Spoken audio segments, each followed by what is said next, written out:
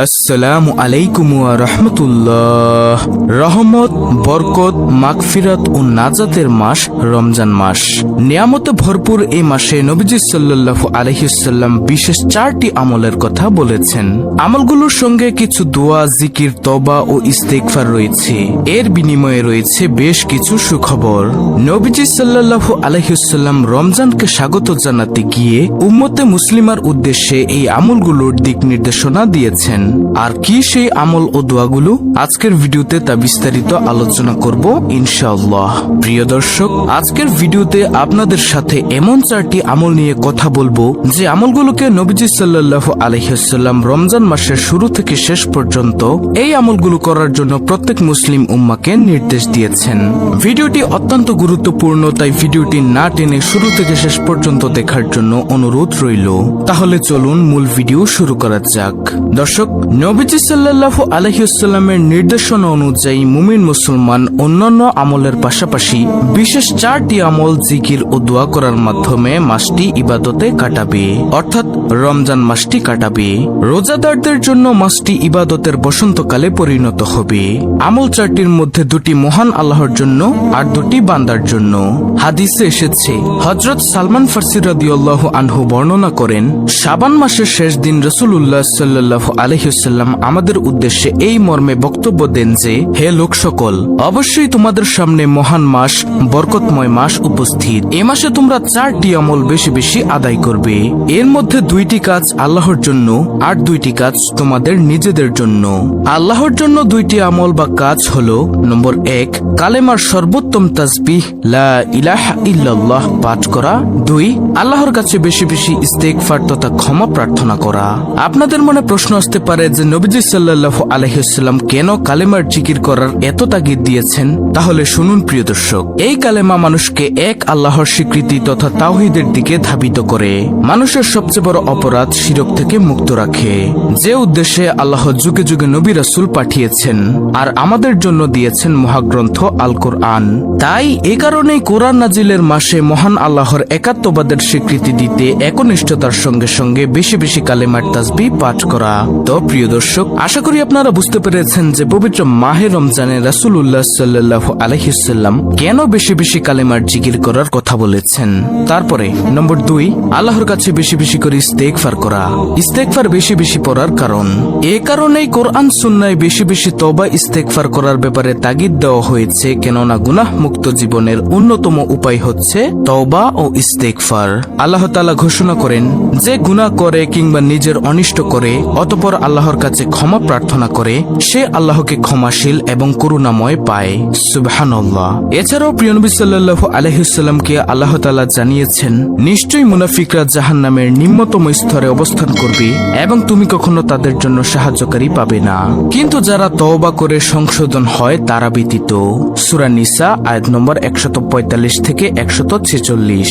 প্রিয় দর্শক, শুধু তাই নয়, আল্লাহ তাআলা আরো বলেছেন, হে মুমিনগণ, তোমরা সবাই আল্লাহর দিকে প্রত্যাবর্তন করো যাতে তোমরা সফল কাম হতে পারো। তাই তো আল্লাহ বলেন, তোমরা তোমাদের রবের কাছে ইস্তেগফার করো, তিনি অত্যন্ত ক্ষমাশীল। এছাড়াও ইস্তেগফারের কারণে আল্লাহ তাআলা অনেক কঠিন অবস্থা থেকে মানুষকে হেফাজত করবেন। আর তা হলো, দেশে যদি খরা বা বিপর্যয় তৈরি হয় তবে আকাশ থেকে মেঘ বর্ষণ করবেন। দেশ মরুভূমি হবে না, বরং সুন্দর পরিবেশ তৈরি হবে যদি আপনি বেশি বেশি ইস্তেগফারের আমল করেন। তারপরে নিজেদের আয় রোজগার বেড়ে যাবে, কখনো অভাব আসবে না ইনশাআল্লাহ। সন্তান সন্ততি না থাকলে আল্লাহ তাআলা সন্তান সন্ততি দান করবেন। সুবহানাল্লাহ। পরিবেশকে সবুজময় করে দিবেন, পরিবেশকে সুন্দর করতে নদী নালা প্রবাহিত করবেন। আল্লাহু আকবার। সূরা নূহ আয়াত 10 থেকে 12। অর্থাৎ ইস্তেগফার করলে আল্লাহ তাআলা এই সমস্ত নিয়ামতগুলো আপনাকে দান করবেন। প্রিয় দর্শক, আশা করি আপনারা বুঝতে পেরেছেন যে প্রিয় নবী সাল্লাল্লাহু আলাইহি ওয়াসাল্লাম কেন পবিত্র মাহে রমজানে বেশি বেশি ইস্তেগফার করার কথা বলেছেন। তো এখন চলুন আমরা জানবো নিজেদের জন্য 2 আমল। নিজেদের জন্য 2 আমলের মধ্যে প্রথমটি হলো, 1, আল্লাহর কাছে জান্নাত প্রার্থনা করা এবং জাহান্নামের আগুন থেকে মুক্তি চাওয়া। নম্বর 1, জান্নাত চাওয়ার কারণ। দেখুন, জান্নাত তো মুমিনের আসল ঠিকানা। যে ঠিকানায় বসবাসে মুমিন কখনো বৃদ্ধ হবে না, ব্যবহারের কোনো জিনিসপত্র পুরনো হবে না, যেখানে বিরাজমান থাকবে মধু মিশ্রিত নদী, মদের ফোয়ারা, যে মদ পানে দুনিয়ার মতো মাতাল হবে না কোনো মানুষ, সেখানে যেখানে শেষ হবে না মানুষের যৌবন। তাই হাদিসে পাকে এ জান্নাত লাভের প্রার্থনা করতে বলা হয়েছে। হাদিসে এসেছে, প্রিয় নবী সাল্লাল্লাহু আলাইহি ওয়াসাল্লাম আরো বলেছেন, যে ব্যক্তি আল্লাহর কাছে কোনো কিছু চায় না, আল্লাহ তাআলা তার প্রতি রাগান্বিত হন। তাই জান্নাত পেতে আল্লাহর কাছে বেশি বেশি প্রার্থনা, আকুতি মিনতি জানাতে হবে। তারপরে জাহান্নাম থেকে মুক্তি চাওয়ার কারণ। আল্লাহর কোনো বান্দা জাহান্নামের আগুনে জ্বলবে, এটা মহান আল্লাহ নিজেও পছন্দ করেন না। পরকালের চিরস্থায়ী জীবন যেন আল্লাহর ভয়াবহ আযাবে পরিণত না হয়, সেজন্যই আল্লাহর কাছে বেশি বেশি ক্ষমা চাইতে হবে। আর ক্ষমা প্রার্থনাকারীদের মহান আল্লাহ সবচেয়ে বেশি ভালোবাসেন। সুবহানাল্লাহ। সুপ্রিয় দর্শক, রাসূল সাল্লাল্লাহু আলাইহি ওয়াসাল্লামের হাদিসটিতে ঘোষিত 4টি আমলের যথাযথ বাস্তবায়নে এই দোয়াগুলো পড়া জরুরি, যা ধারাবাহিকভাবে তুলে ধরা হলো।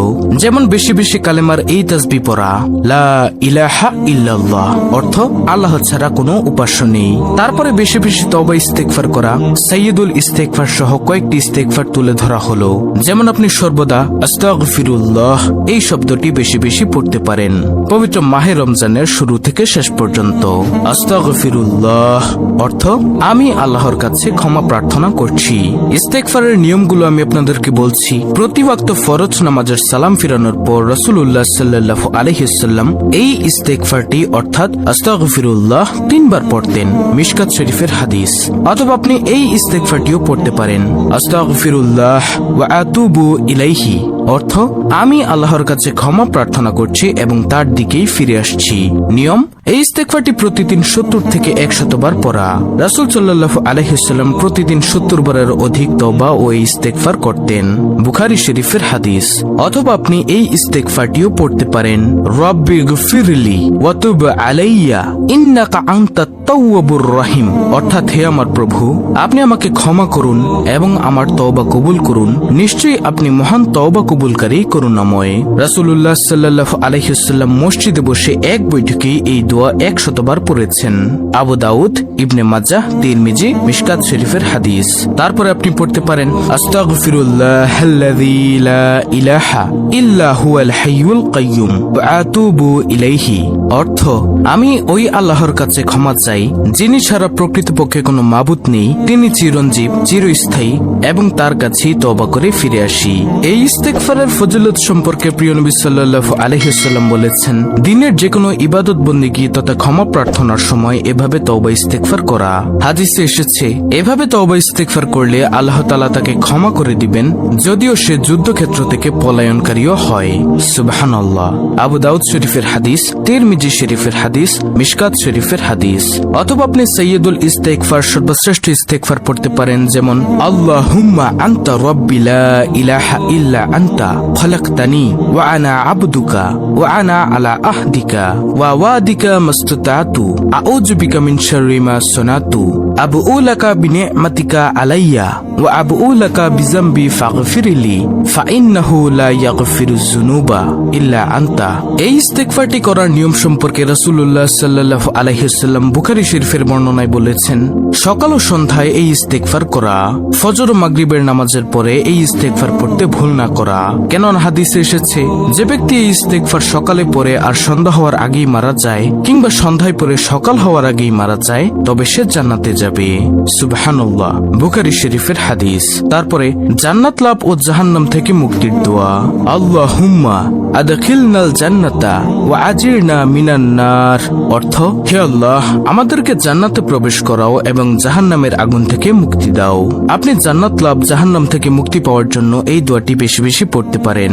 বিশ্বনবী সাল্লাল্লাহু আলাইহি ওয়াসাল্লাম ঘোষণা করেন, যে ব্যক্তি সকাল সন্ধ্যা 3 বার জান্নাতের আশা ও জাহান্নাম থেকে মুক্তির জন্য প্রার্থনা করবে, জান্নাত জাহান্নামও আল্লাহর কাছে ওই ব্যক্তির দোয়া কবুলের সুপারিশ করবে। আল্লাহু আকবার। তো এই ছিল আমাদের আজকের ভিডিও, অত্যন্ত গুরুত্বপূর্ণ একটি ভিডিও। ভিডিওটি ভালো লাগলে অবশ্যই চ্যানেলটিকে সাবস্ক্রাইব করে পাশে থাকা বেল বাটন অল বাজিয়ে দিবেন। ভিডিওটিতে একটি লাইক দিবেন এবং কমেন্টে আমিন লিখবেন এবং অন্য মুসলিম ভাই বোনদের কাছে ভিডিওটি শেয়ার করে দিবেন, যেন তারাও দেখে শিখে এই আমলটি করতে পারে। আল্লাহ রাব্বুল আলামিন মুসলিম উম্মাহকে পুরো রমজান মাস রোজা পালন, ফরজ ও নফল নামাজ, জিকির আজকারের পাশাপাশি বিশেষ এই 4টি আমল এবং এর সঙ্গে সংশ্লিষ্ট দোয়াগুলো যথাযথ আদায় করার তৌফিক দান করুন। আমিন।